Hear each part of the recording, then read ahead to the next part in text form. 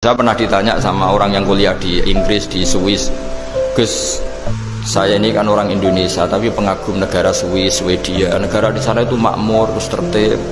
Bagaimana saya tetap mencintai Islam yang secara lahir itu kadang-kadang beberapa negara Islam itu kacau. Ada seorang mahasiswa tanya gitu. Dia tanya cara ingat Allah,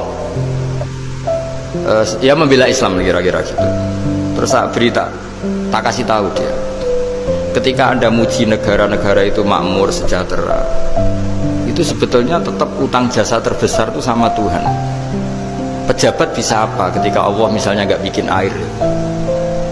Negara bisa apa misalnya ketika Allah itu nggak bikin oksigen? Tetap semua ketertiban itu karena kehendak Allah. Berarti utang jasa kamu di negara manapun tetap sama Allah, bukan pada yang lain. Bahwa ada hukum sosial manusia, oke lah, kedua, ketiga, harus terima kasih. Hanya dia sadar. Nah masalahnya kita ketika di negara yang makmur gitu, pikiran kita, oh, presidennya hebat, menterinya hebat, tata sosialnya hebat. Oke, nggak apa-apa, muji manusia itu nggak apa-apa. Tapi tetap itu semua di bawah muji Allah Subhanahu wa Ta'ala. Ada air begini ciptaan Allah, ada oksigen sehat ciptaannya Allah. Sehingga muji pertama itu kepada apa artinya kehebatan manusia ketika ada gempa besar, ada likuifaksi, ada macam-macam. Nah, maksud saya ngaji di sini, ingat Allah itu dengan cara seperti itu. Sehingga ketika kita hidup di negara manapun, ya utang jasa pertama pikiran kita sama Allah Subhanahu wa Ta'ala. Tapi kalau enggak, kamu terjebak hukum adat tadi. Di mana-mana ayam itu yang mengeluarkan telur, telur mengeluarkan ayam, nggak bisa bantu batu ini mengeluarkan ayam. Keliru kamu. Ketika ayam mengeluarkan telur, memangnya ayam itu bisa?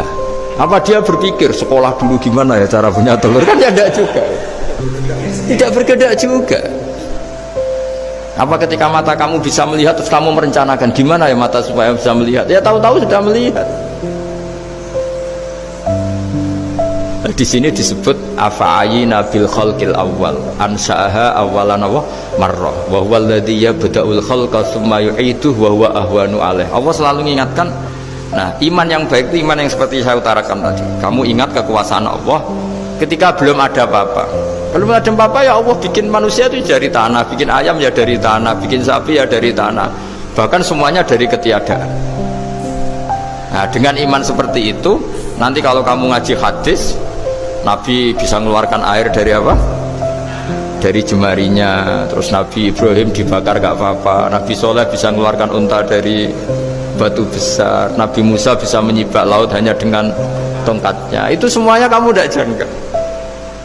Karena tadi ingat bahwa